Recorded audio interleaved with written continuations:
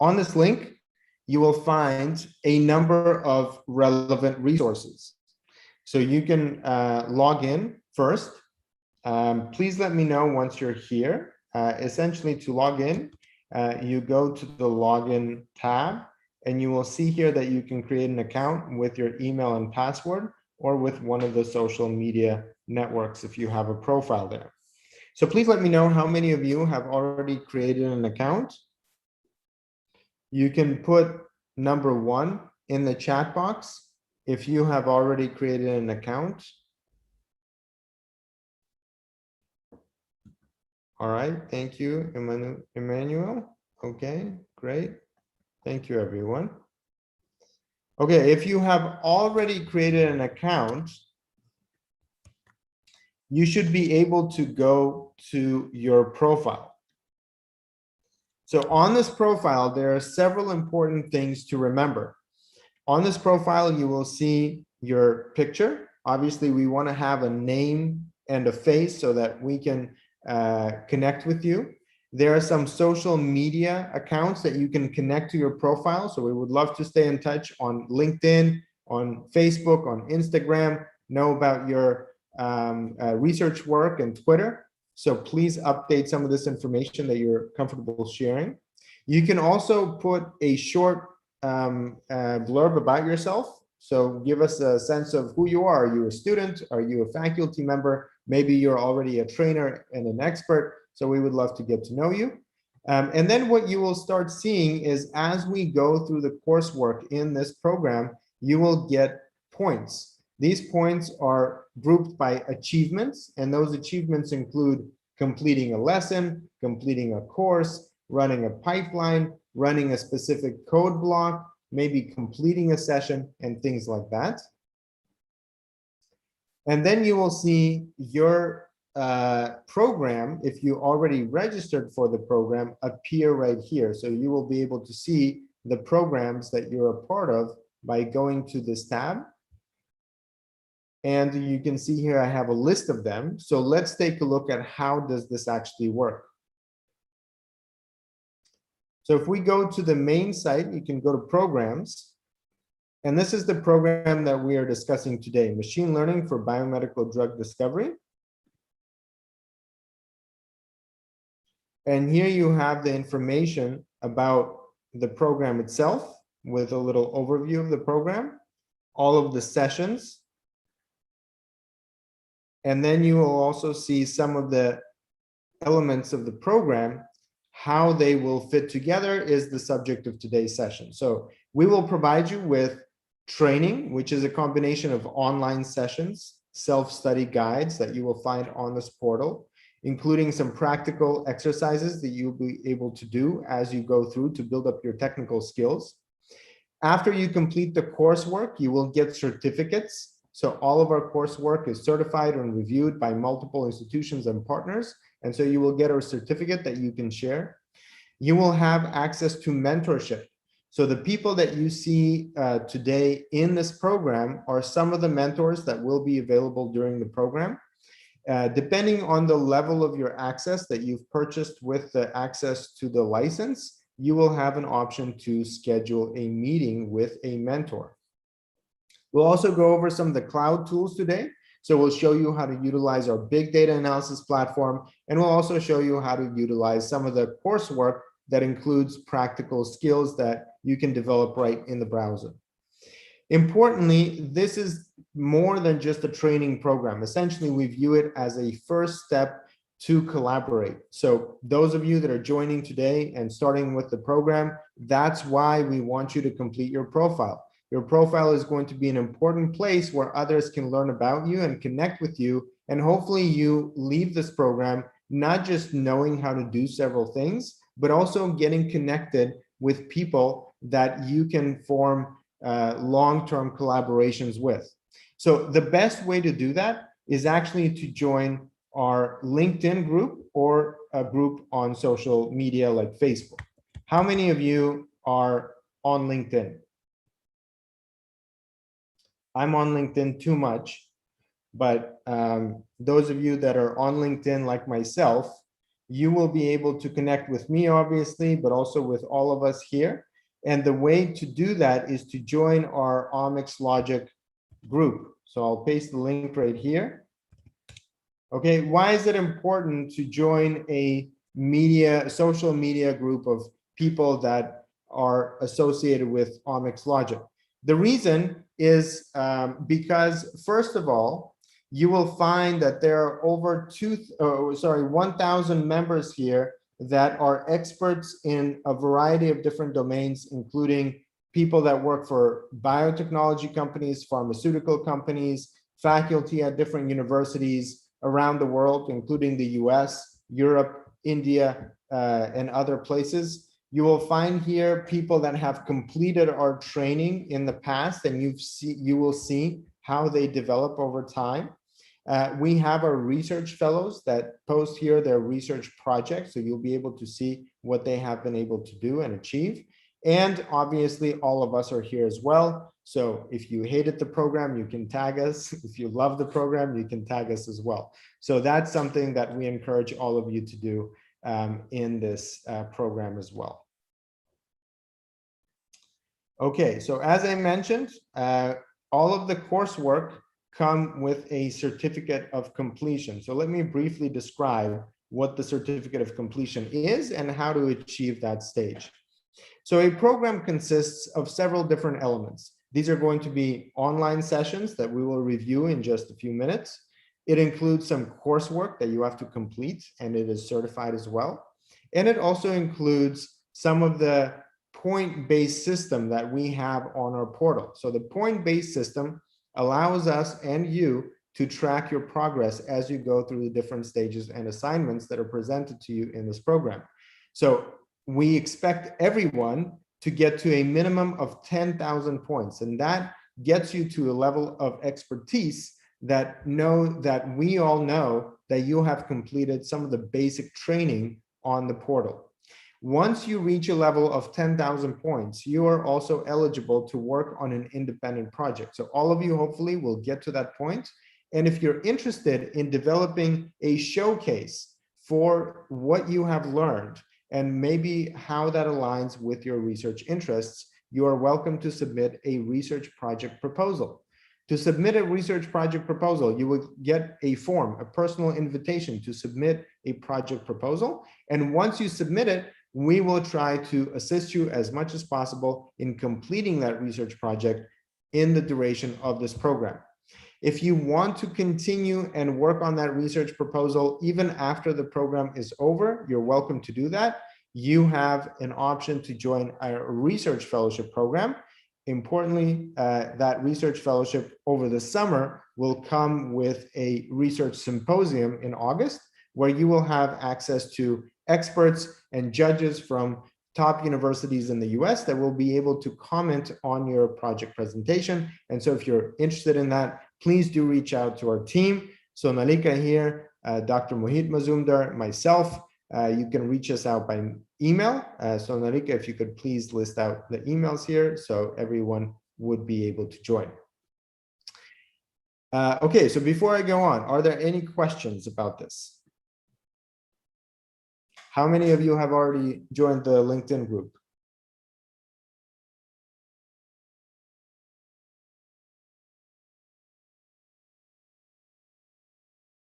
All right, perfect. Thank you, Priya. Has anyone else joined the?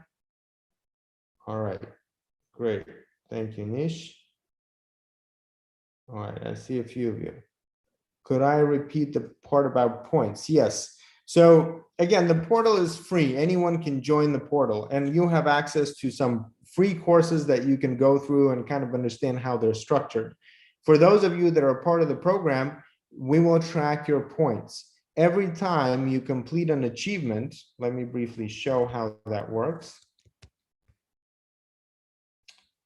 Okay, so here you can go to this link, just type in achievements. You will see everybody and their activity on the portal. Okay, you can see that every time somebody completes some step, like a lesson or a course, you will get some points. Sometimes it's 50, sometimes it's 1, sometimes it's 500, 100, etc. And that's how you get to the 10,000 point mark. What are the courses that you consider most important to complete? Okay, so this program is about data science. So what I would recommend is go to this tab, courses, and start looking for introduction. You will see here the following courses: Introduction to Bioinformatics, Introduction to Data Science in Python, and Introduction to Data Science in R. If you're just getting started, you can start with getting started with bioinformatics in Python and getting started with bioinformatics in R. So these are some of the courses that I recommend. There's also a course for those of you that need to refresh your molecular biology terminology and kind of how does this all fit in. I recommend going through our course called Bytes and Molecules. Is it possible to take up the fellowship program after gaining 10,000 points? Yes. You can join the research fellowship is a program that you can learn about right here. Go to research. And that program is designed specifically for those of you that would like to spend the next 3 to 6 months working on independent research projects. But those are, again, not relevant to this program today. So let's go back to the program at hand, which is called Omics Logic Data Science.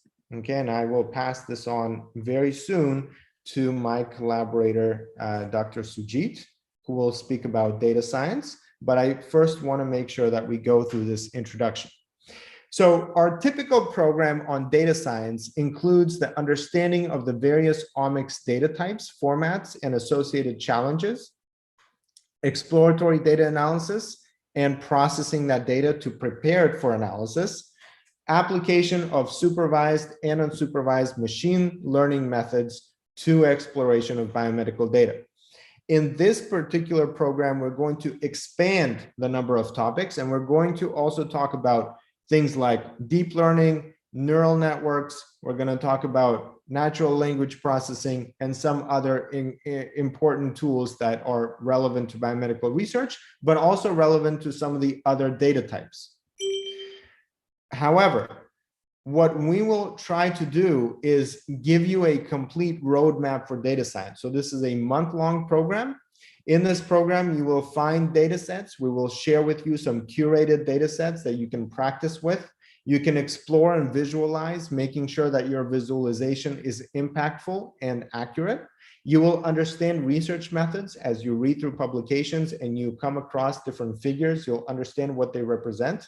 And hopefully that will give you insight and understanding of how to apply data science skills and methods to a variety of biomedical research topics.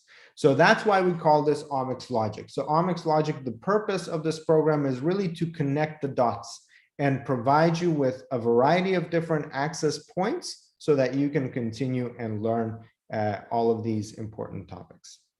Now, briefly speaking about the sessions that are coming up, today we're talking about Introduction to Data Science. We will then talk about machine learning algorithms, the application of data science to a variety of domains, including biomedical research on June 18th. Introduction to machine learning for next generation sequencing data, including transcriptomics, genomics, and metagenomics. Then we'll talk about unsupervised machine learning, clustering, and data mining. Supervised machine learning, classification, and finding different signatures in big data.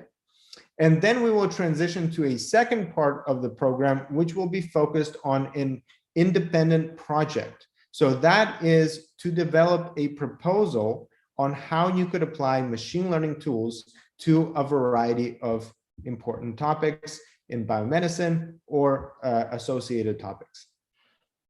We'll then do some practical hands-on sessions, which will include dimensionality reduction in R and Python, clustering in R and Python, classification in R and Python, evaluating your model accuracy, and how to then take your model to production, and then how to work on an independent research project. Okay, so this is today's session. So we have started today's session, but we will transition into the topic, the introduction to data science, in just a few more minutes. And before we get started, I wanted to give you an overview of how this will work. Okay, so the important separation here is that we have two separate parts. And so in the beginning, we will kind of get oriented and introduced to the important topics, and then we will go into machine learning and AI and some practical hands-on tools. And I want to briefly tell you about how different types of machine learning have been playing a big impact on biomedical discovery. As you know, the omics data types continuously expand and evolve. And so it's important that in many of these types of data, there's many, many thousands of features. And because of that, it is complicated to apply traditional statistical methods to get accurate signal from this highly variable and heterogeneous data. And so machine learning is very well applied to the challenges associated to big omics data. And that's why you can see in literature and in a variety of different outlets how machine learning has been taking over this area of biomedical discovery, drug discovery, and the application of to basic research challenges. And especially this can be seen just by looking at the pace of data coming out from different biomedical projects. So this comes as a challenge, but also as an opportunity. So on one hand, the challenge is that the data is growing in complexity and growing in velocity, growing in volume. On the other hand, it's an opportunity because many of these data sets are generated by extremely qualified and skilled technicians, laboratory technicians, as well as biologists that ask the right questions and can generate very accurate data about very specific types of phenomena. So when we think about it, it's an opportunity if we just have the tools to be able to work with this kind of data. Especially this can be seen with this new pandemic. So as opposed to previous pandemics and previous chronic diseases, or even some important developments around the world, epidemics that have sprung out in different places, this pandemic has been characterized, one, by huge volumes of data that have been produced. Number two, real-time sharing of such data. So it's not like the pandemic is over and we're just getting access to the data. Every single day, there have been thousands of new data points deposited in public repositories that anyone can access. And number three, this data has been increasingly diverse. That includes genomic data about the viruses themselves, population health data about who and how people gets infected and how do they get sick, including transcriptomic data about the response to the different types of infections, including many other different types of data. And so now that we have this almost real-time access to such biomedical data, the question is, what can we actually do with this data and how can we utilize this data to gain insights into what's going on? And to understand how we can gain insights into this, we need to understand what are some of these technologies that are generating omics data to describe and characterize the molecular drivers of these diseases. And this includes many different types of omics data, including phenomics, genomics, epigenomics, transcriptomics, metagenomics, and many others. Now, what's unique about this kind of data is that this data has to be processed. So this data has to be prepared before it could be analyzed. And that includes specific processing steps that are related to the way that this data is generated. And so what we'll do in this program is also introduce you to some of the tools that you need to have to be able to construct logical workflows from raw data to structured data. And as a result, as you learn about the logic behind some of these pipelines, you'll be able to prepare the data for analysis and make sure that it answers the specific question that you have in mind about this type of data. Now, ultimately, the challenge is not just processing and preparing the data for analysis, but it's in the integration of multiple different data types that are describing the same problem. And that includes ability to perform statistical analysis, data mining, structural analysis, single cell deconvolution, map these complex relationships, and ultimately extract some meaningful insights.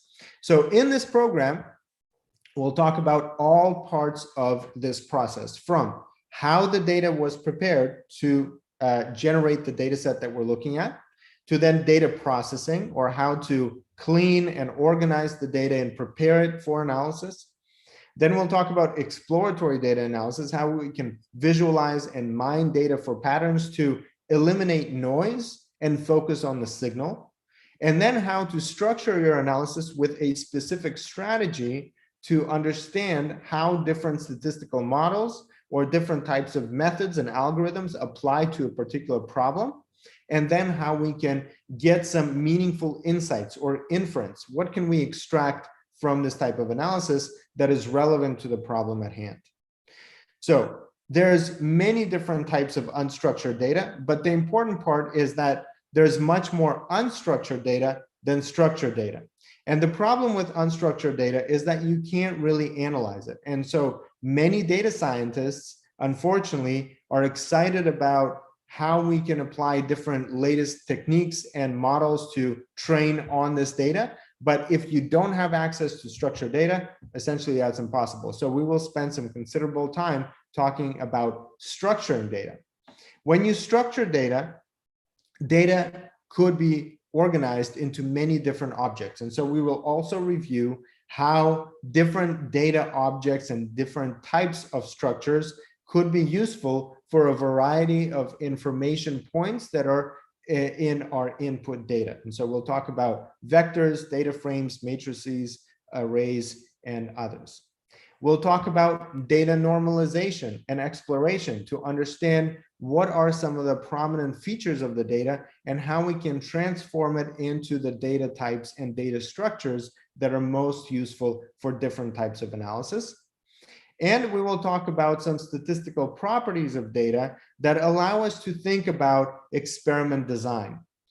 Finally, we will focus on some biologically meaningful data analysis and exploration so that we can understand the different types of visualization techniques and what they mean, and go on to data mining and classification. And that includes different types of classification techniques and different types of data mining approaches that, again, are best used in a variety of scenarios that we will describe using project examples.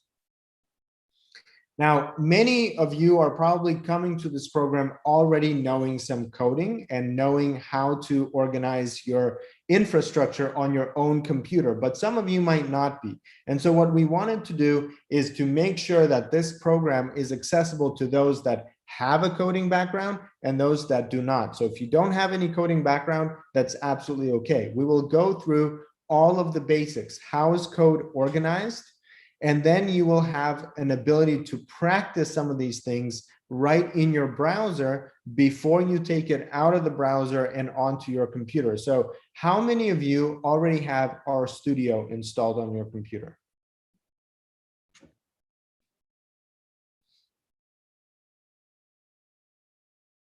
Okay, Priya, Marcelina, okay, great, excellent. How many of you have Python installed on your computer?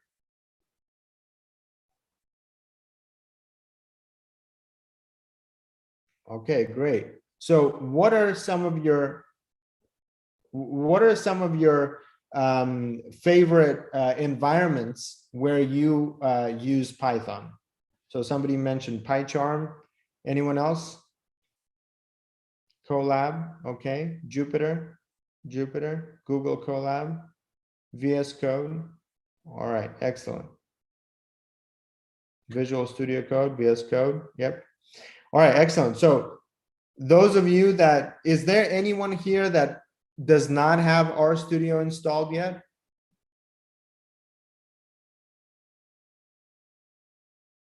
Okay, so for those of you that do not have, let me show you. For those of you that do not have RStudio or Python installed, you can go to introduction to, for example, here, you have here directions on how to do it, RStudio, and in the one on Python, you have instructions on how to get started with Python. So what's important is that you need to install several things on your computer. You need to get to know the environment, and you need to understand the logic behind different packages and different ways of running your code. So this is an important way to get started. For those of you that have already gotten that experience, that are ready, you can go on into the more advanced topics there as well.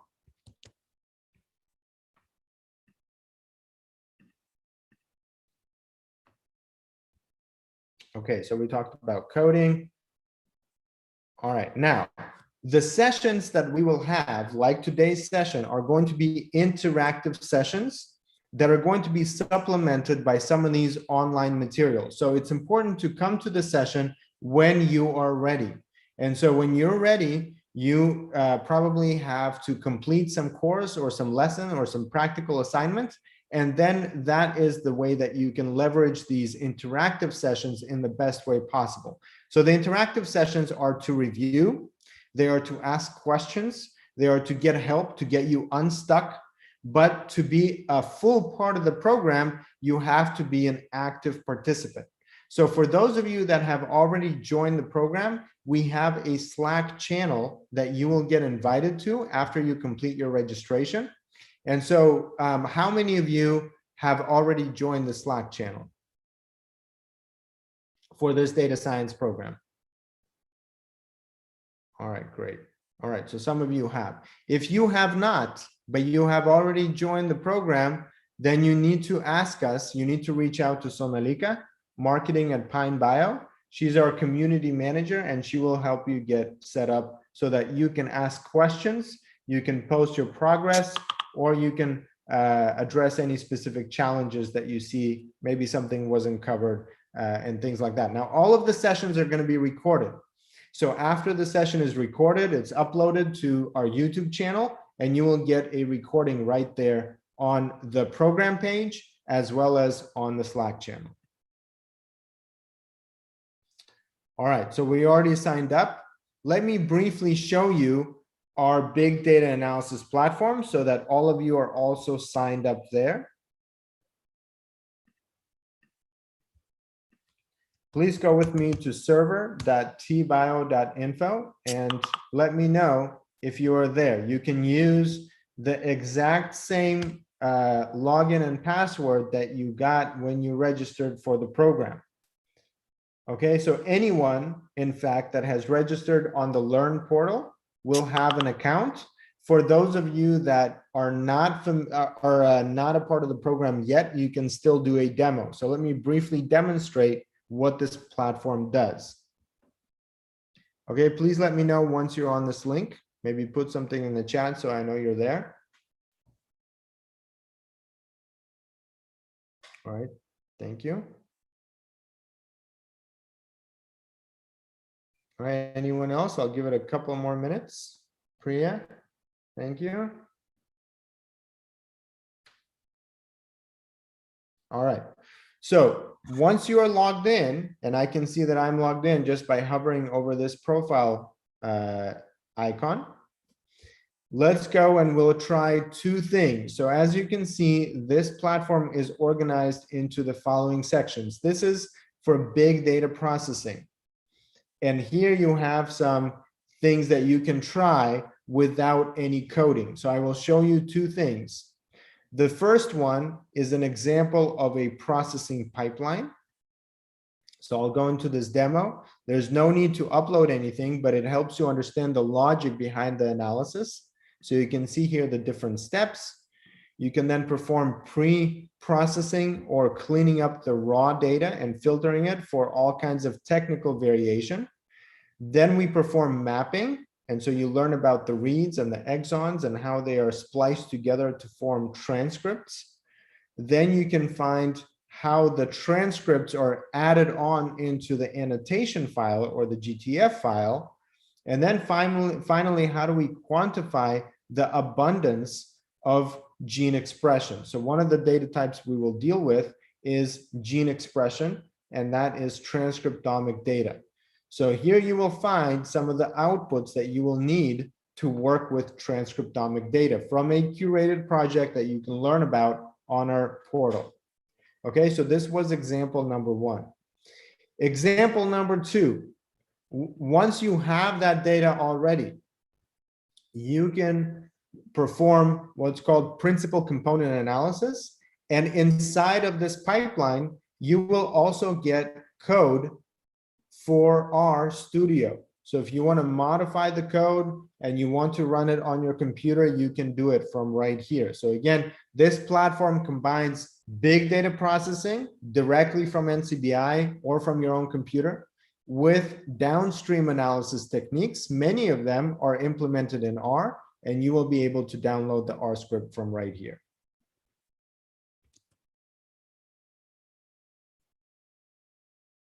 Okay, so any other questions before we move on?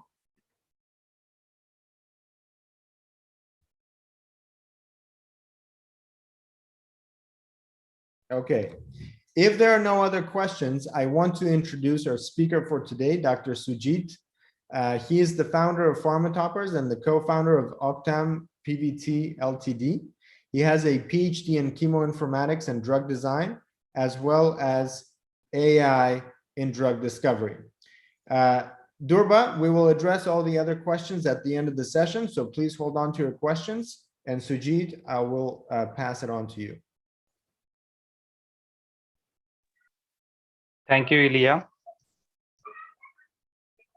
I welcome again all of you guys, and good morning, good afternoon, good evening, wherever you are part of the globe. So let me share my screen.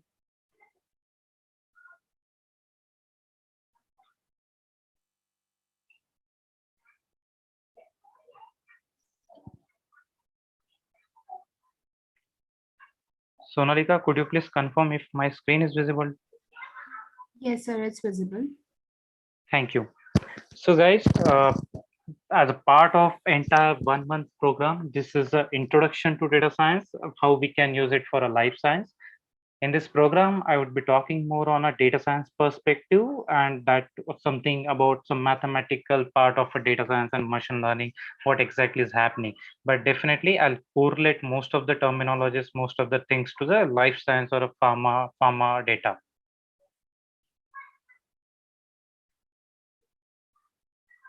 So considering that we have participants from various background, maybe from life science, maybe from genomics, maybe from pharma, and maybe from a computer science.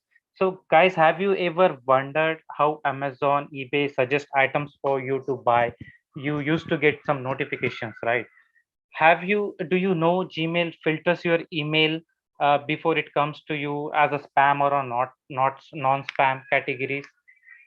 Hope you might be knowing, many of time you might have seen that, okay, my email has gone into spam folder. Maybe Google can tag that particular email as a spam. If you are watching Netflix, if you are a regular customer of Netflix, so do you know Netflix predicts how what are the shows you like? Let's say if you are watching any video or any movie in a Netflix, and Netflix also gives some suggestion based on your activity, previous activity into the platform. But do you know all these things are actually a part of AI, or actually a part of machine learning, deep learning, or broadly we can say a data science? So apart from this, these examples are actually considered to a very general public to just getting into this particular program. But if I have to specifically talk about life science or pharmacy graduate or any other bioinformatics graduate, so guys, if you have we can predict the toxicity of a drug molecule using data science, using machine learning, using deep learning. If you are a life science graduate, you can draw a molecular structure in a various molecular editor tools. Once you draw a structure, you can save the structure into a image, a 2D image of the molecule in a PNG format. Also, along with the image, you can predict the toxicity of a molecule. There has been several papers people have published about how we can predict the toxicity of molecule just from an image. So this is all of this is because of the computer vision technology, which is also a part of data science. So guys, you can do many things using data science or using machine learning, deep learning. uh, if you have heard about, there are several other companies out there in the market like Benevolent AI, Extensia, and several other startup company. Now they are becoming a giant pharma companies. They have already partnered with several companies like AstraZeneca, Pfizer, very big companies, Novartis, etc. And as you know, the entire drug discovery process, it actually takes around 15 to 20 years and around $4 billion of cost to have entire drug discovery process. But the entire discovery process has been reduced down to only 1 year just because of the AI, just because of the AI in drug discovery. So if you are a life science graduate, if you are a pharma graduate, if you are a PhD, or if you are a researcher, we would request all of you to apply data science, machine learning, or artificial intelligence technologies in your day-to-day research activities, or it is highly recommended course for each one of you. So how you can define a data science or a data scientist? You know, the one who knows data science, the one who works in the field of data science is actually called as a data scientist in an industry. So at the bottom, if you can see, a person who is better at statistics than any software engineer and better at software engineering than any statistician is actually called as a data scientist. And you could have heard about jobs. Data scientist jobs are the most loved jobs, and you could find many vacancies out there in the market for a data science. And in this course, we have another course starting from tomorrow, wherein we are giving practical sessions on a chemoinformatics and a drug discovery. If you could join both of this course, you will have complete idea, understanding of how we can apply data science in or machine learning or a deep learning in your drug discovery process or in your biological or a chemical data. So moving forward, data science is a practice of mining large data set of raw data, both structured and unstructured. So here structured, you can say a label data. A label data, you can say let's say if you have a particular sentence, let's say for a particular molecule, you know that benzene's kind of structure is actually a benzene molecule, and let's say if particular molecule is actually a paracetamol molecule. If you know any data point which belongs to any particular tax, that is called a structured data. But let's say you have a bunch of molecules, but you don't know the name of those molecules, or if you don't know smiles of those molecules, you just have those images of those molecules, then actually that is called as a unstructured data. So data science is a practice of mining large data to identify patterns and extract actionable insights from them. So actually this is an interdisciplinary field. It includes statistics. If you are to be called as a data scientist, you need to know some of the statistics. You should have some understanding of a computer science. You should have some predictive analytics capability. You should know machine learning, deep learning, a little bit of machine learning, deep learning, computer vision, or natural language processing. And you should be capable enough to find out some of the inferences from your data. And existence of this data science technologies like machine learning and a data thirsty algorithms like deep learning came just because of the big data. So if you could see, if you are a human being, you are actually generating a data, and then with a data scientist, he actually does some analysis of the data, and then data scientists give an inference or a prediction based on that data by applying some algorithms, techniques. So let us talk about data and their languages. What actually important for a data science as a data scientist? Why we are learning data science is just because why this particular field came into existence, why this machine learning, deep learning, everyone is using this algorithm, just because data is growing exponentially. And yes, for machine learning, deep learning, or any other data science algorithm, the data is actually a fuel for those algorithm. And you know, data is not only fuel for the algorithm, but yes, also for the entire world. So and as you might be knowing, internet users are generating more than 2 quintillions bytes of a data every day. So about 90% of this huge amount of data gets generated in the most recent 2 years, according to the sources like IBM and Snitfy. So, and you can even in the coming days, coming years, you could see even more number of zettabyte of data may generate in every hour or every day. So, being a data scientist, what exactly you should know? What are those libraries? I would more focus on a Python, but yes, being a data scientist, if you know R, you can work, you can use many of those algorithms, and you can do lots of data analysis process using R. I'm a Python expert. I like Python because you could find more of a libraries related to data science in a Python framework. So out of the several data science libraries, Pandas is the number one library, which is actually most important data scientists should learn about. NumPy, SciPy. NumPy is for the mathematical calculations. SciPy is also for some calculations. Scrappy, if you wanna scrap some data. Matplotlib, if you wanna plot some data, statistics, analysis. If you wanna do, you can use CBUM as well. Scikit-learn contains several machine learning algorithms wherein you just have to call the package and you go good to go to develop your own model. And again, scikit-image, TensorFlow, and Librosa can be used also these are the very useful packages for any data scientist beginner or expertise.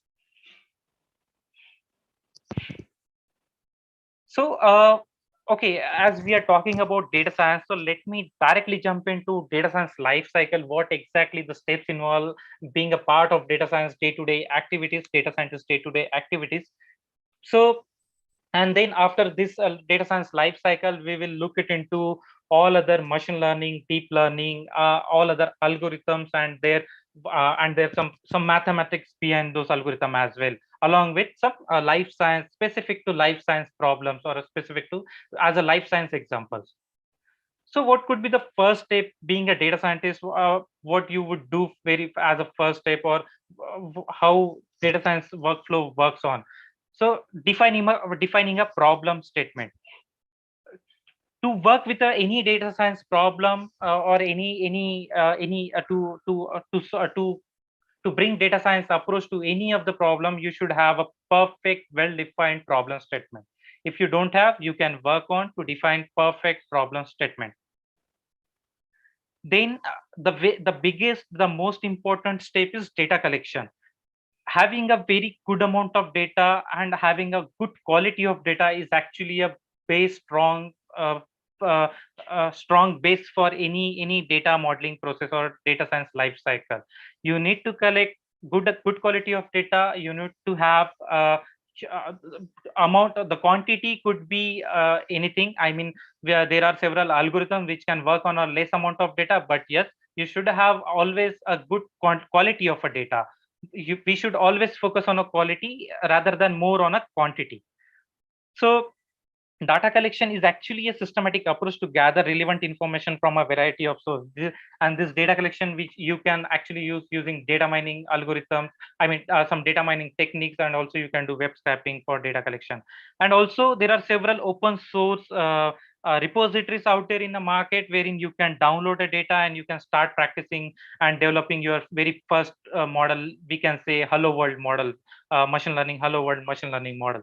So to download the data, we have several websites like GitHub. You can go and log in into GitHub. We have Kaggle, it's a competition platform wherein you can find a large amount of data for different purpose. And we have a data hub. Once, as I mentioned, once you have a proper data, once you collect data from various sources, then the next important step is data quality check and remediation. It's always important to have quality of data, as I mentioned. There is a simple terminology in a data science field, like, whatever you feed into machine, whatever you feed into algorithm, maybe machine learning or deep learning algorithm, you will get out from that the same. If you feed the garbage, you will get garbage out of it. If you feed good quality of data, you will get good prediction out of it.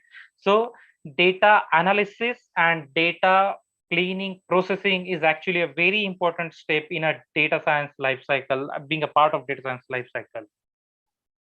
So let's say once you have cross-check your data, once you define yes, your data quality is too good, then the another important step is data analysis.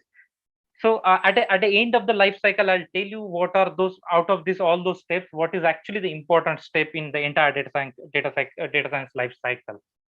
So data analysis is like, you have to find out what kind of data you have. You can plot your data points into different using different pie chart, bar diagram, or any other plotting tools like matplotlib and seaborn. And you need to explore your data before feeding into machine learning. You also need to find out, okay, I have combination of genes, combination of protein sequences, do I have smile structures along with the descriptors or a fingerprint? You need to check your data completely. I mean, you need to analyze your data completely.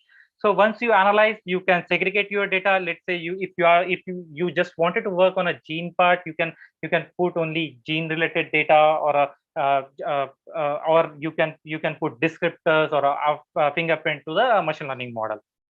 So the very next step is once you have cross-check your data, once you have a good quality of data, and once you know my data is ready to go to machine learning modeling process. So the next step is a data modeling. Modeling means actually the formulating every step and gather techniques required to achieve the solution. So here it comes actually various algorithms, exact algorithms like machine learning algorithms like random forest, support vector machine, and deep learning algorithms. And also you can say uh, other sub part of deep learning like RNN, CNN, and other things. So what are the common tools which public you currently are using, and which is currently available in the market as a free of cost? Maybe some are paid. One is a MATLAB, which is paid one, but we have a Veka, we have SAS Enterprise Miner, we have Alpine Miner, we have Statistica and SPCS Modeler. These are some of the freely available tools which you can find out in a market. You just need to import a data into this software, and you just have to select a algorithm which through which algorithm you have to build your model, and you'll this tools will give you all the predictions. And let's say a tool has given you the prediction, so it could be the accuracy, all the validation parameters could be accuracy, sensitivity, specificity, and all other stuff. But yes, you should able to communicate your result as well. I mean, let's say if you have some kind of classification problem, so you should develop your classification model, and while showing it to user or while communicating your results to the other third party, you should always have accuracy or MCC score or all other classification scores. If you have regression problem, definitely guys, this terminology might be new to you, classification regression, but in coming slides we will look at into all those terminology in a deep. So let's say if you have a regression problem, then how you are communicating your results, whether it's a R square value or RMSE or whatever, you have to express, or you have to communicate your results, proper results, to the stakeholders or a third party person. So, and most often you need to present your findings to a non-technical audience, such as marketing team or a business executive. So you need to communicate the results in a simple to understand in a simple and understanding manner.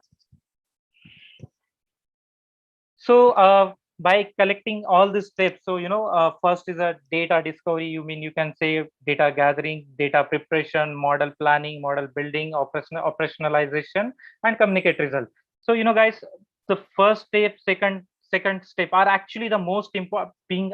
This is my personal experience. If you ask me, I have been into this field more than around 10 years into, and I have several years of experience in industry and academia as well in the same field. And I was applying, even I am applying data science, machine learning fields in a biomedical data, or in a life science data, or in a pharma data.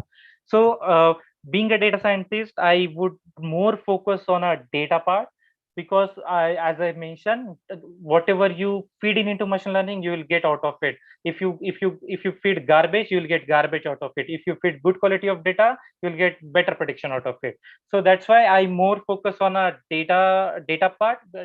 and data cleaning part, data pre-processing part, and data analytics and exploratory parts. Then data scientists, they plan which, based on the data, which algorithm should I go, which algorithm should I use, whether my machine learning suffice my need, or I should jump into deep learning, or this is a problem of natural language processing. This all a part of a model planning. Then you'll do model building using those algorithms, and then you will communicate those results. So guys, as of now, please let me know if you have any questions on this.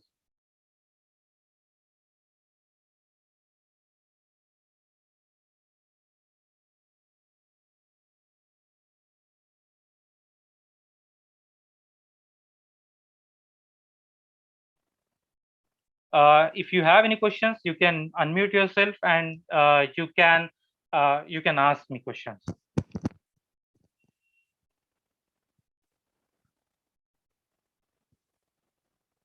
So I ask, how is the drug structure drawn? So there are several online open source software tools available. Maybe after this session, we can put all those links to this chat box. So considering that we don't have any questions as of now. Okay. Okay. So guys, let us speak something about why these are so data scientists, machine learning, artificial intelligence, and deep learning, natural language processing, computer vision. Let us differentiate all other terminologies one by one in the coming slides. So actually AI, data science, and machine learning all work in a tandem. Machine learning is a field of actually data science that feeds computers huge amount of data, so they can learn to make insightful decisions similar to the way that humans do. For example, let's say let us take some random example from your day-to-day life, and then again we'll move into your life science data. So most humans learns as a children what a flower is without thinking about it. However, the human brain achieves that learning through experience by collecting data on which specific feature are associated with the flower. Let's say if you are seeing the rose as a flower every day, based on those features, red color, that shape, size, height, everything, based on that you will identify this particular flower could be an rose. Similar way, we have to feed few features to machine.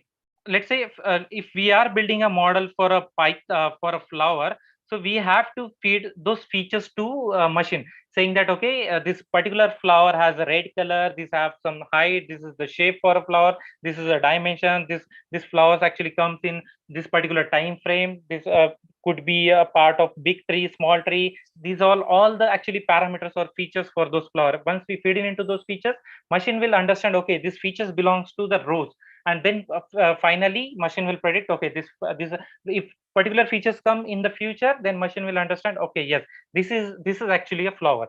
Let me give you one another example which is actually booming currently in news channel everywhere, like autonomous self-driving cars, right? So how these cars are actually working on. So let's say uh, driverless cars, right? So if somebody is I mean nobody is driving the car in a driverless car, but if some any object comes in front of the car, let's say cat or a dog, car gets stops over there. The brake automatically, the system in a car, they'll put the brake down, right? Why? So this is called a computer vision problem. So let me tell you, this camera in a car, they will capture the image. Okay, let's say if cat come in front of the car, the camera will capture, okay, this is car cat photo. Okay, then machine learning, it will derive all the features from that image, and from that features, already they have trained all the features of the cat using machine learning or a deep learning algorithm. And based on those features, machine learning will or deep learning will predict, okay, these are actually features for a cat, and then we have to stop just because cat has come in front of the car, and we have to stop our car that right away because it has come in front of our car. So this is how deep learning, machine learning, or data science field works. So a machine can do same thing with a human. As human feeds the machine massive quantities of data, it can learn that various petals, stem, and other features all connected to a flower.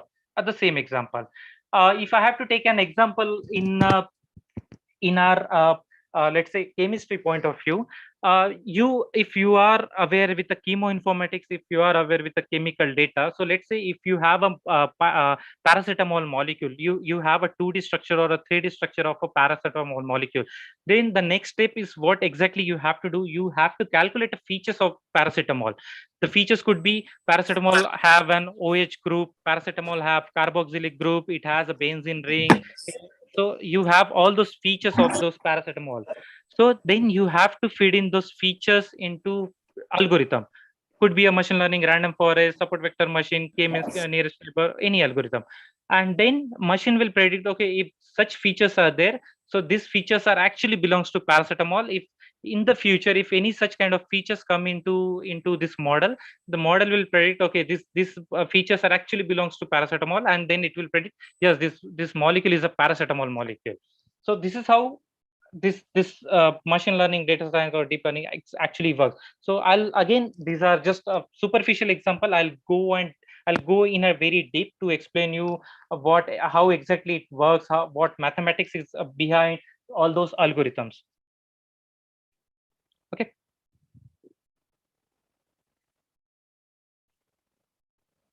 Any questions so far, guys?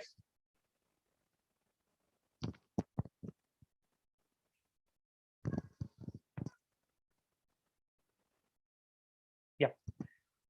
So as I mentioned, there are several terminologies out there, right? So data science, artificial intelligence, machine learning, deep learning, natural language processing, and computer vision. These are all terminologies you can say a part of a data science. Okay. Now you might have heard all these terminologies. Now let's understand what exactly these are and why we are learning about it, right? So you can say data science is a kind of a big bubble. Similar to that, big data is actually also a big bubble. So artificial intelligence is another bubble in a data science, or is actually a part of a data science. And then machine learning completely comes into a artificial intelligence. And then neural networks, you might have heard about multi-layer perceptron. These are a part of a neural network. So this neural networks comes into a machine learning domain. And then we have a deep neural network. So if we have a single layer, it is called a simple neural network. If we have a multiple layers, more than two, so it is called a deep neural network or a deep learning. It is also comes as a part of a neural network. So hierarchy is like data science is a very big bubble. In that we have artificial intelligence, into that we have a machine learning, into that we have neural networks, and finally a small bubble which comprises all is deep neural networks or a deep learning. So now hope you understand how these terminologies are actually linking, and why we are calling all these terminologies every time. Okay, so with this, let us move on each and every categories, I would say, or algorithms, broader categories of algorithms one by one.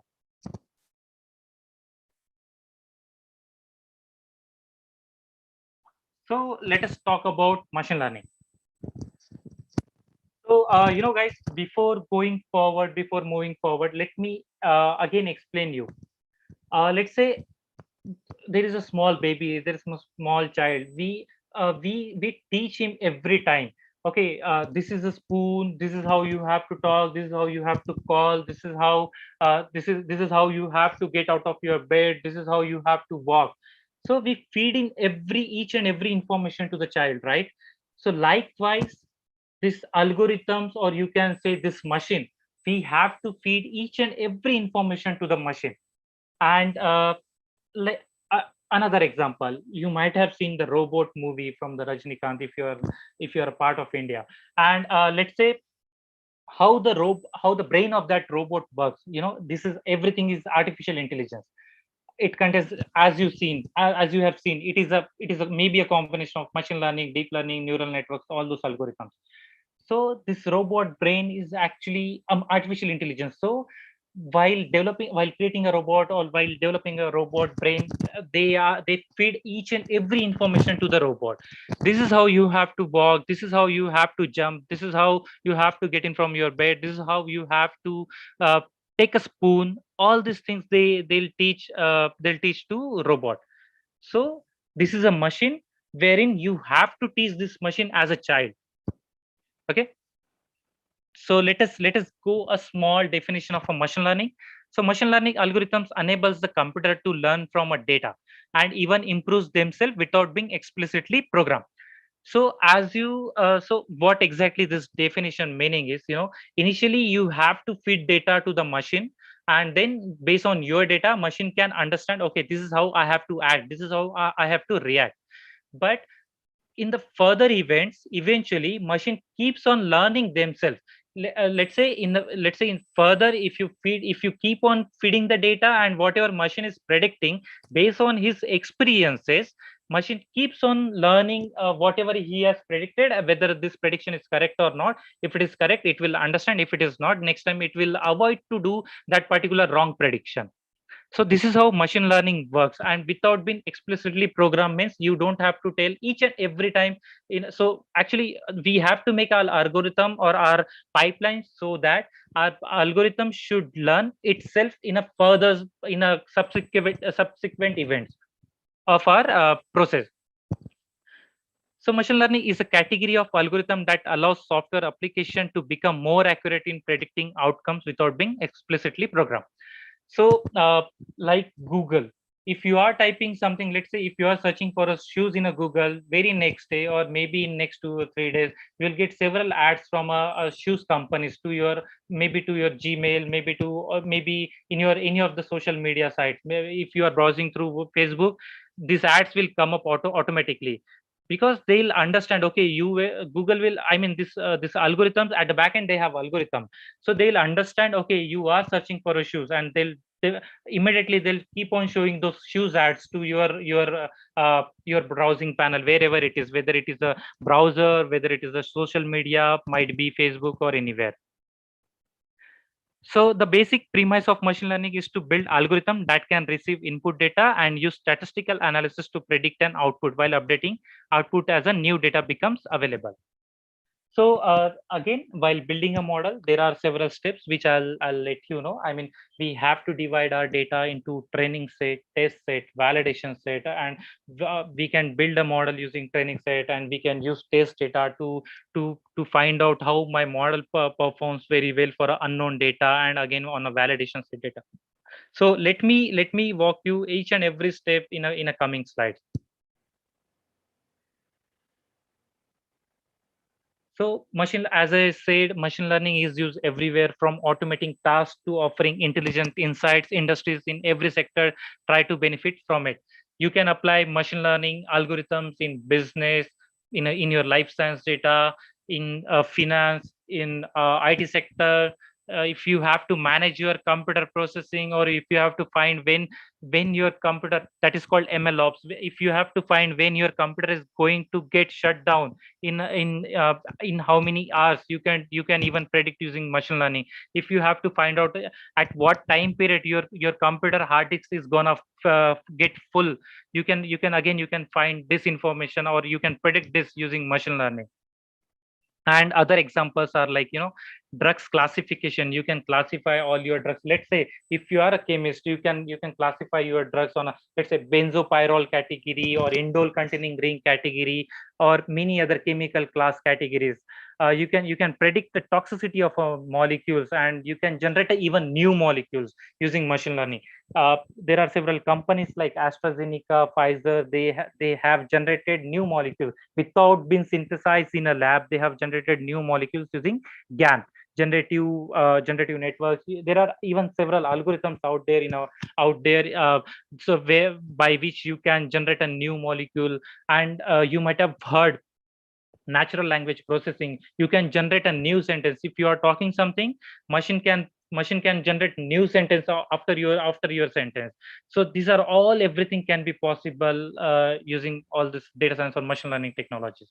And the very best example is like, you might be wearing this Fitbit bands, and you might be using Google Home or Siri or Alexa in your day-to-day activity. These are all possible just because of this AI world, or data science world, or the machine learning, deep learning algorithms.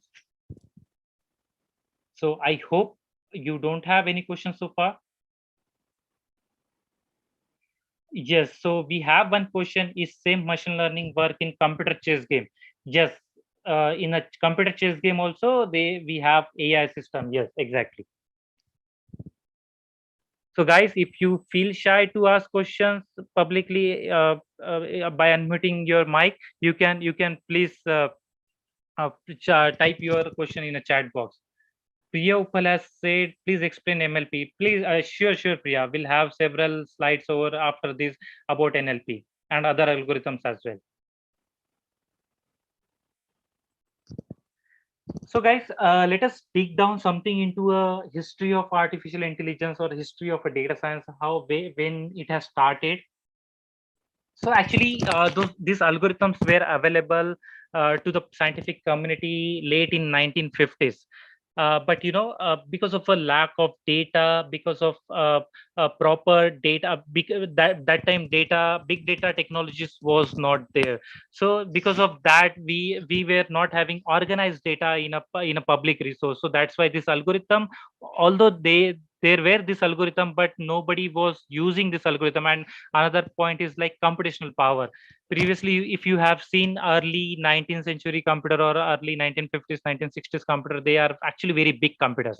Now you have the entire computer, they may occupy entire room. Now those such big computers have came down into your laptop, or even you can maybe your small desktop or something.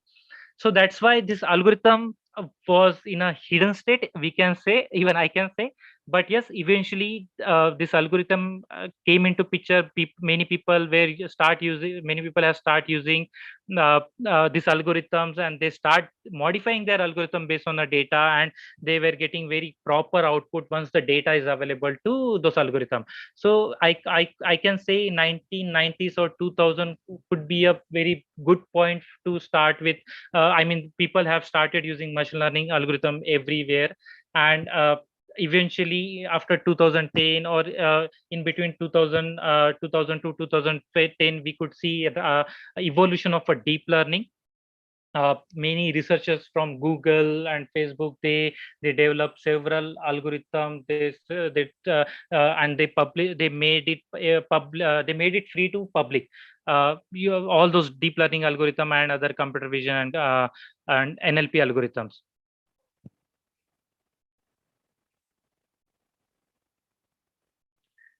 So just a minute.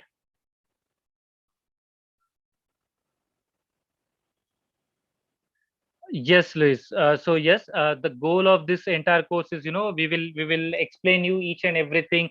This is being a very first session, so we wanted each and everyone to bring on a single platform. So that's why we are explaining everything to correlate with your day-to-day life. But yes, from a next session, we will give each and every example related to pharmaceutical or a life science.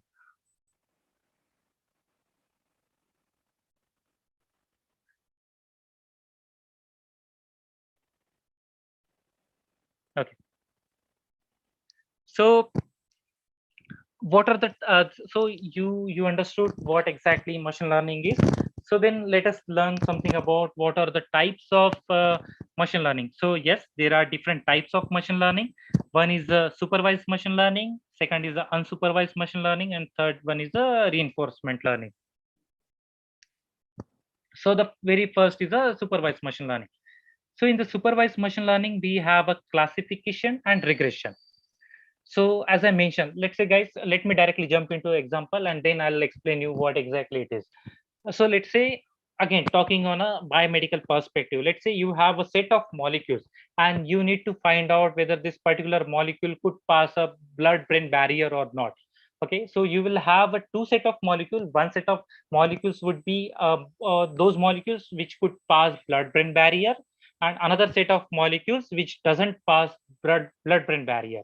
Okay, and you have labeled all those molecules. Let's say molecule 1 crosses blood brain barrier, molecule 2 yes crosses blood brain barrier, molecule 3 doesn't cross blood brain barrier, molecule 4 yes crosses, molecule 5 doesn't cross. So let's say you have such kind of molecules. Maybe you have 1000 molecules. and out of 1,000, 5 could cross blood-brain barrier, and rest of the 500 could cross blood-brain barrier, and rest of the 500 may not cross blood-brain barrier. Okay, so this is called a label data, right? So you have all those molecules, and you know these molecules can cross or cannot cross blood-brain barrier. So this is called a label data. So using this label data, and as you have only two classes, you can say categories, right? You have whether it is cross, it will not cross. This is a kind of a true or false example, right? So you can say such kind of examples as a classification example. Okay, again, let me give you some real time, I mean real life example, or a day-to-day example. Let's say if you want to predict the how price of a house. Price of a house could be, $1 million, few $1,000, or could be 3.5 million dollars, right? So so this price of a house could be a what I can say, variable, right? This variable is the continuous variable. I mean, you have those values. This is not kind of a true or false. You are not for predicting the price of a house. You cannot do true whether it is true or false, but you have to predict some values out of it, right? So such, if you have if you want to predict some values, then you have to use some regression problem. Hope you understood what this classification and regression. Again, if you so classification algorithm can be used for, image classification. As I mentioned, using a 2D molecular structure, you can predict whether this molecule is a toxic or a non-toxic. So it can be a image classification problem. So you can identify fraud detection. I mean, you can let's say you have two types of let's say if I'm working on a banking data, and you have all the transaction, a few of the transaction might be a normal transaction, and a few of the transaction could be a fraud transaction. You can take those transaction details and you can build machine learning model, and you can if the new transaction comes in, you can easily identify whether this transaction is a fraud transaction or a normal transaction by the customer or by the bank user. So for regression model, like, you can the kind of examples are like, advertising popularity prediction, where you can do weather forecasting, you can do market forecasting. There are several other algorithm for forecasting as well, like LSTM and RNN algorithm. So there are several other use cases of classification and regression algorithm in your research activity, also in your day-to-day life. Okay, so unsupervised machine learning algorithm. This is also another part of a machine learning algorithm. So as I mentioned, if you have a label data, could be a house price, could be a toxic or a non-toxic, could be a fraud or a non-fraud transaction, whether you have to forecast your weather. I mean, these are all the label data. I mean, the data which you have, it is completely labeled. This data belongs to this particular category. So that category or that variable is actually called as a Y variable. Later on in coming sessions, I'll explain you how we define X variable, Y variable in the algorithm, in the machine learning algorithm. So if you have a label data, you can go for a supervised machine learning algorithms. And if you have unsupervised, let's say, guys, you have a random data. Maybe let's say if any of you have gone to several websites, and you just copy pasted random data into different files or in a single file. You have copy pasted several sentences. You might have gathered all the images from the Google images, maybe 1,000 images from the Google images, and you have gathered in one place. But you don't know which image belongs to which data, or otherwise you don't have that time to label that data. If you have brought up, if let's say out of those 1,000 images, there may be 100 cat images or 5 elephant images, but you don't have time to classify those images, or you don't have time to label those images, or you have just random data. Could be any case, right? In that case, it means you don't have a label data. So it means in such cases, it is called a unsupervised machine learning algorithm. In such cases, we have to use unsupervised machine learning algorithm, and this is called a unsupervised problem or unsupervised classification problem. So how you tackle this such problems in a different way, right? So there could be a two problems. One is a clustering, another is a dimensionality reduction. So so the way it should not be a part of actually unsupervised, but yes, here in the you will just gain some meaningful insights from the data using dimensionality reduction. Maybe you can calculate those features and you can get only selected features for those data. But yes, the very important algorithm, the set of algorithms are clustering algorithms. So there are several k-means clustering. There are several algorithms which can help you out to make a, as this algorithm, the category clearly defines that it's a clustering. So let's say you have a random 1,000 images. Algorithm itself, based on your image features, based on your image data, based on your images, it will create several clusters. Either you have to define, okay, I need 10 clusters or I need 15 clusters, or if you don't define, machine this algorithm itself, they create a cluster. So let's say it may create a clusters of those animal. Maybe one cluster contains all those animal images, another cluster contains maybe city images, another cluster may contain electronic gadget images, all such kind of images. It will cluster. So this is called a clustering algorithm.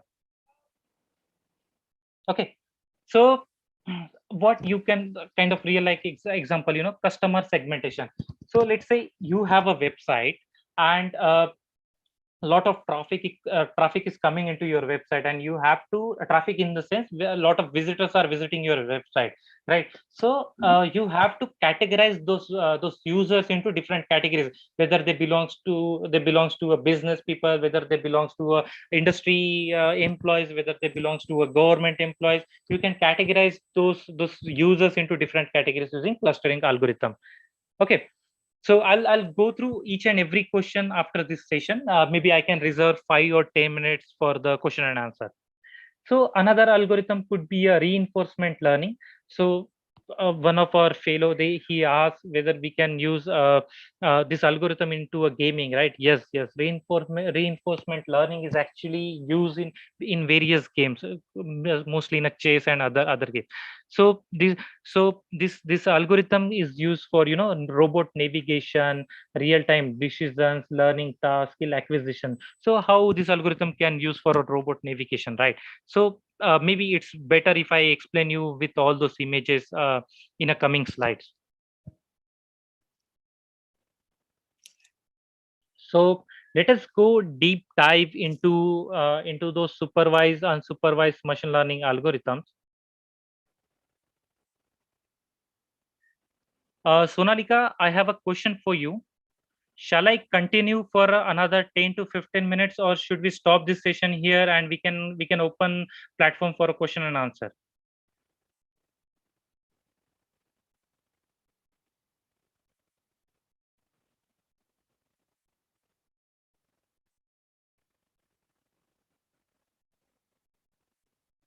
Mohit or Sonalika, anyone can answer to my question?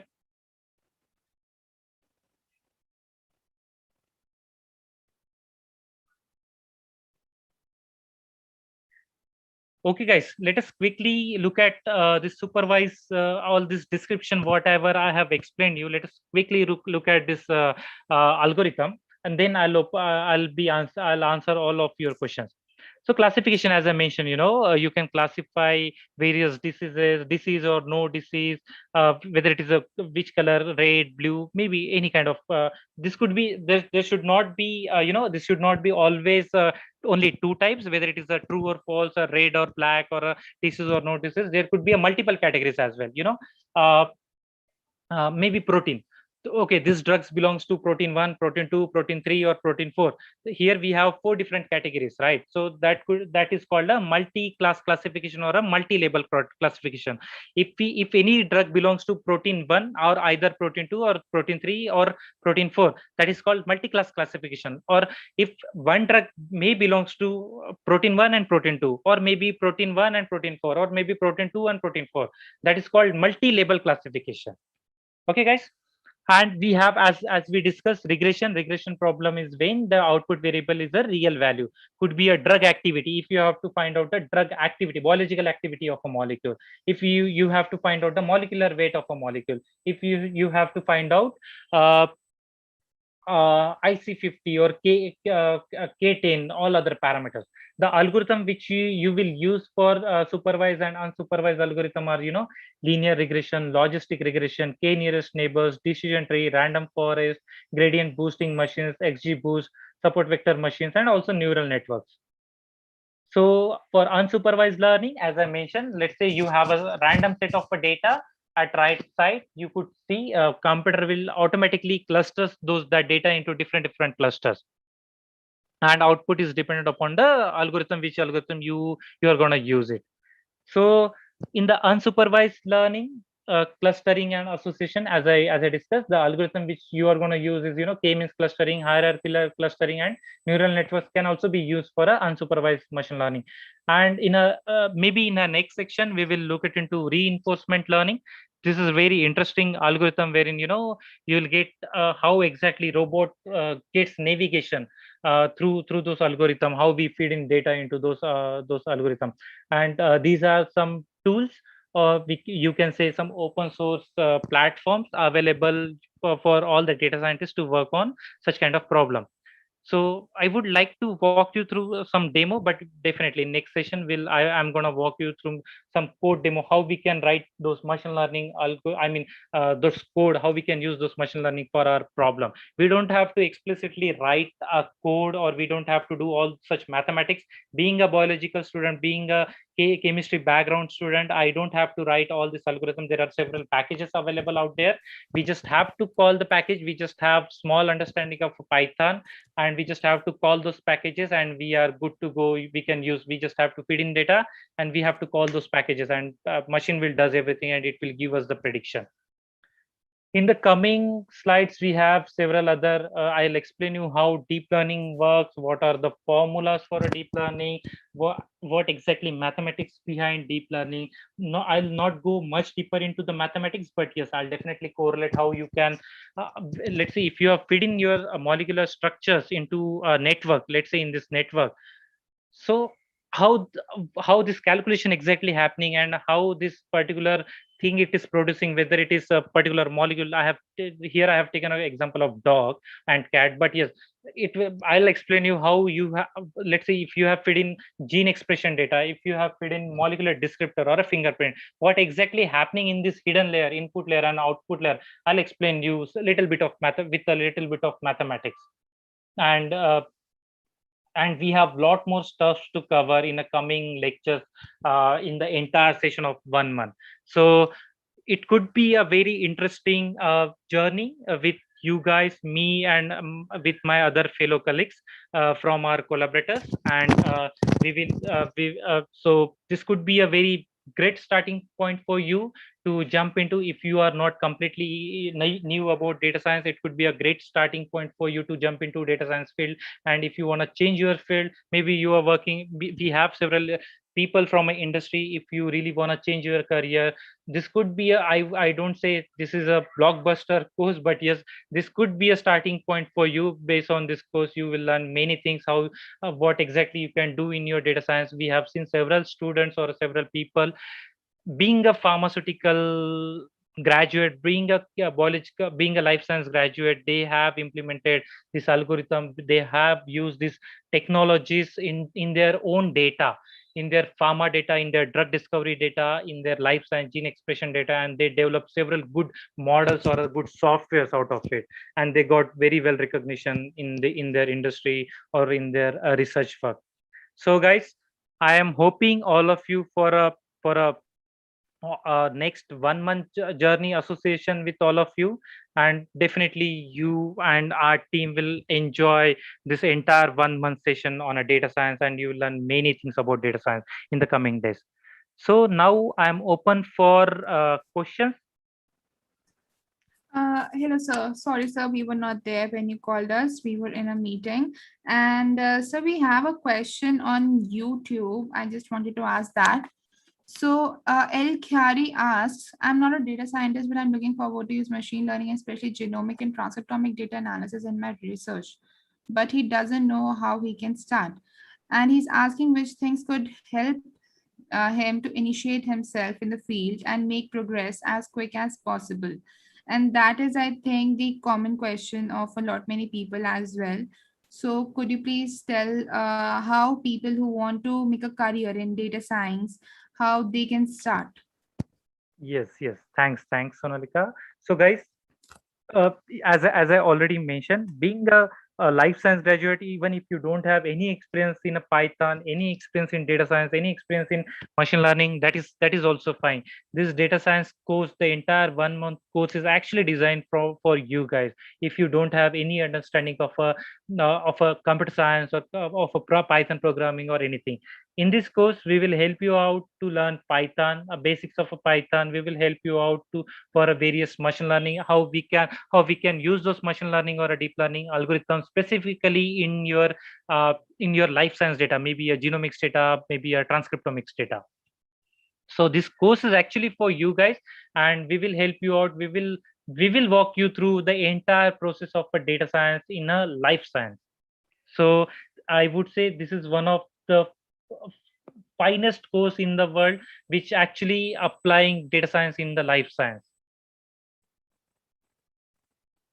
So we have Sonalika, we have another question. What is TensorFlow for? So TensorFlow is used for deep learning models. I mean, it's a framework wherein you can write deep learning code, and you can call various deep learning models as well using PyTorch and Keras from the TensorFlow. Any more We have questions? we have another question. Can I graduate from this course with the knowledge to work for data visualization?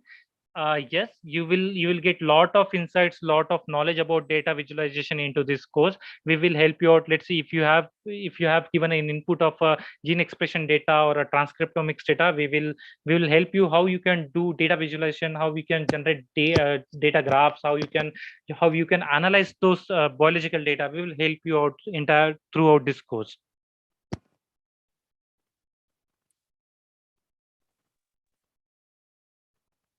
So while you share more questions, let me just take you throughout the important resources.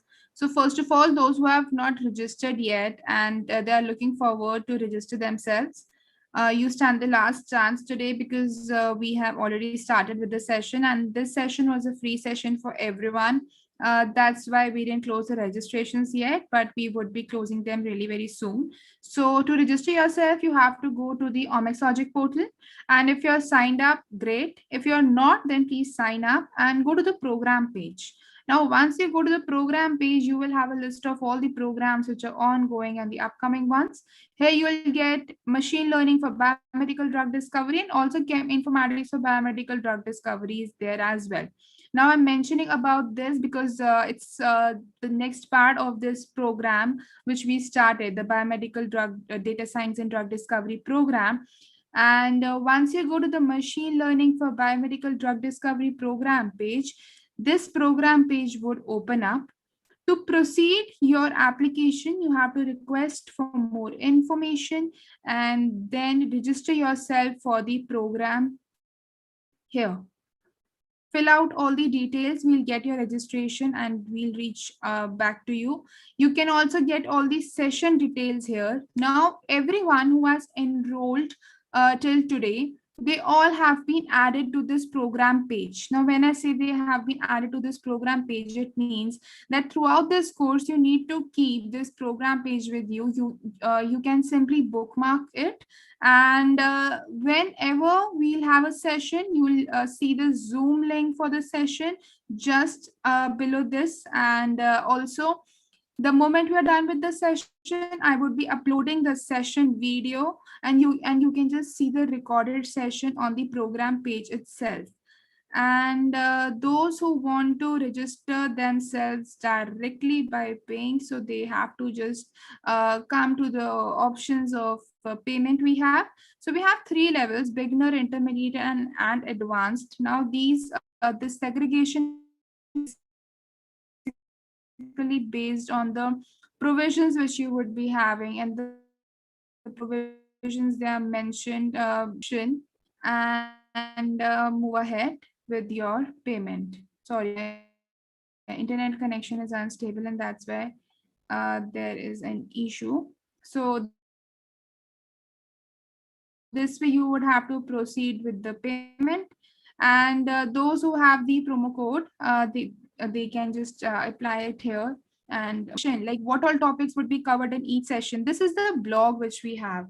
I'll be sharing this blog link with you as well. Here it is in the chat box now.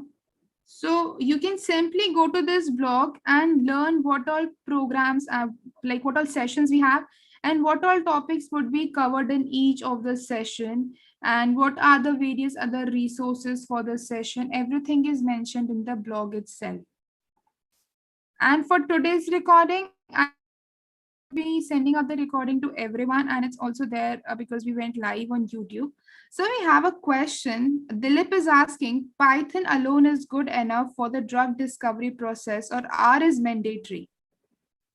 Actually, Python is enough, but R is mostly used for a data visualization, but we have several packages as well in Python for a data visualization. So even if somebody knows Python, basic knowledge, of somebody have basic knowledge of Python, that is actually enough for them. I hope that answers your question, Dilip. So those who have enrolled, I have added them already to the Slack page. Now this is how Slack looks like. Many of you might be here who are new to Slack. So on your mail ID, you would have the invitation for the Slack. And you just need to accept the invitation and join the group. And Zahara, you are asking that how can you join the Slack platform? You need to be, you need to enroll yourself. You need to be one of our participants, and then we'll send you out the link, because the groups which we have made on Slack, they're just for the participants, so that we can communicate with them all the session details, recordings, and everything. I would be sending out the session meeting details and also the recordings on Slack after each session. So I think you have to be here. It is important for you. And also, as Ilya told you, that we would be monitoring your progress on the Omics Logic portal and also on the server. So we'll keep you updating here in the group as well, who's performing best, and let's see who does great. And then we have the general group as well, where we keep on updating everything about our upcoming programs. Now talking about the program which we have tomorrow, that is the Chem Informatics for Biomedical Drug Discovery program. We have the first session of the program tomorrow, and those people who are enrolled in both the programs, we have kept the session on alternate days so that they can be a part of both the programs. So those who are interested for Chem Informatics for Biomedical Drug Discovery, they can register themselves on the program page. I'm sending you the link of the same. And I had today send out a promo code. You can simply put it out here while proceeding with your application. And also we would be closing the registrations for Chem Informatics program as well, because we would be starting tomorrow. And if you have any doubts, you can mail me at marketing@pine.bio. And also you can mail us at mohit@pine.bio. Shradindu, if I'm not wrong, you are a participant for all the programs, for all the 4 phases, and I've already added you. So you need to check your mail ID for the link of this for the Slack channel, and it would be definitely there, and you can then be a part of the group. If you have any doubts, you can ask. Sujit sir is here as well. And if not, then let's meet day after tomorrow. Hi, Sonalika. I just had a question. Just because I'm in the East Coast, I was wondering Yes. what the schedule. So it's going to be, the class is going to be at this time like on the scheduled dates, right? Yes, it would be as scheduled. So what time is it there for you? For me, yeah, it works. I just, I just need to mark it off on my calendar. It's 8. It started for me at 8:30 a.m. EST, and that works for me. We still have a lot of things to I'm do. sorry about that. That's That's a good, sign. Hala. So, how long is the session for again? Was it? I didn't get the schedule, so that's why I'm asking. Okay, so the session would be 1 hour, but it could go to 1 or 15 minutes as well, because we keep on having discussions. People would be asking questions, and I would be sending out Google Calendar invites also to all our participants just after the session. So you would be having each and every session updated on your calendar, and it would be easy for you to keep a check on all the upcoming sessions. I think that would work for you. Here's a red taco. Right, and my next question was like, so once we have the live sessions, we will be Here's a big able taco. to. We are expected to go over the asynchronous sessions as I well, do right? The taco pre-recorded lessons. Will we be able to access that list? Like, okay, so if we have like for the next class, this is the pre-recorded material that we need to watch. So Yes. let's. Mhm. Yes, so here you have the asynchronous material as well, which you can go through at your own pace. So the participants, they get the access to each and everything. They get the access to all the courses and all the projects. We have sample projects as well on our portal, and I've given you the access already. So you can go to the portal and take up whatever course you want to. So as we are beginning with data science, so let's say you want to learn more before the session, let's say, or want to explore more, then you're most welcome. You can just start with the courses in the data science domain. Start with R, Python, or learn whatever you want to. It's completely up to you at your own pace.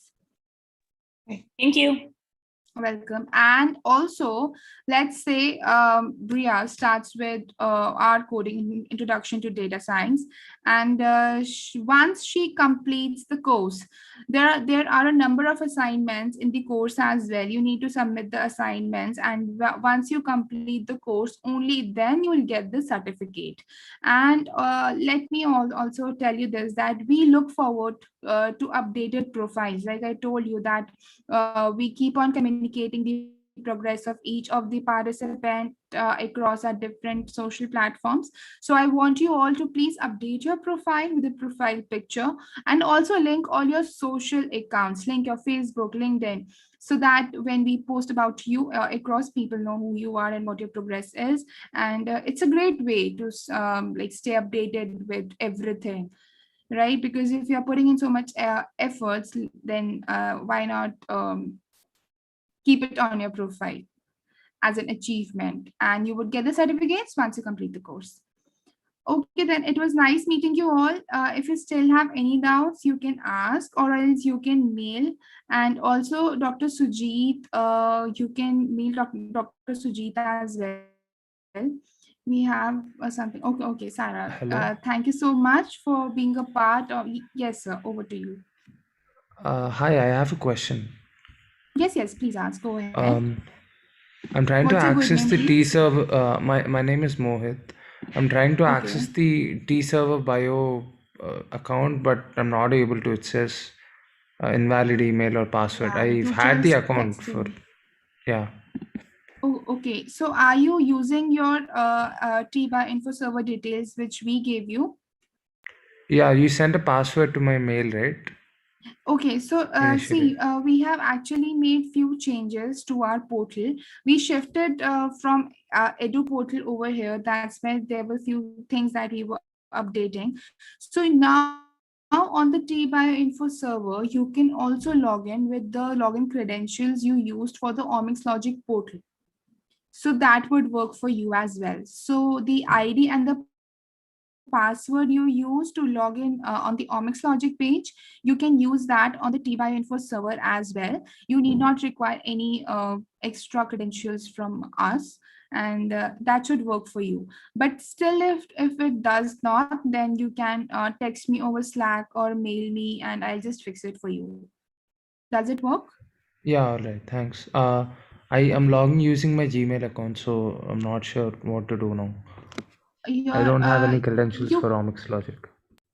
you don't have any credentials, and you need not have any credentials. So when you sign up to Omics Logic, you can do so with any of your ID or password. You can also do so with linking your social. So let's say I just sign up, and you have to make your own ID and password, or you can directly link in. Let's say I link in my Google account with it, and my net connection is little bad. That's why it would be slow. Sorry. But yes, so the moment you sign up, my ID just pop up and you choose your account. It's completely up to you. That's what I want to say, creating your ID and password. So you can do one thing. Do you have any other ID except this one? I can do that, but I lose the progress. Yeah, that would What? be an Yeah. issue. That would be an issue. If you don't mind, can you share your credentials with me? Just after this session, I'll try to make it work for you. Sure. Thanks. Okay, please mail me at marketing@pine.bio your credentials, and I'll just look forward to it, and I'll just fix it. Okay, then everyone, let's meet on Wednesday, 16th of June. We have second session. I would be looking forward to meeting you all, and till then, bye bye. Take care. Thank you so much, Dr. Sujit, for the wonderful session you gave us today.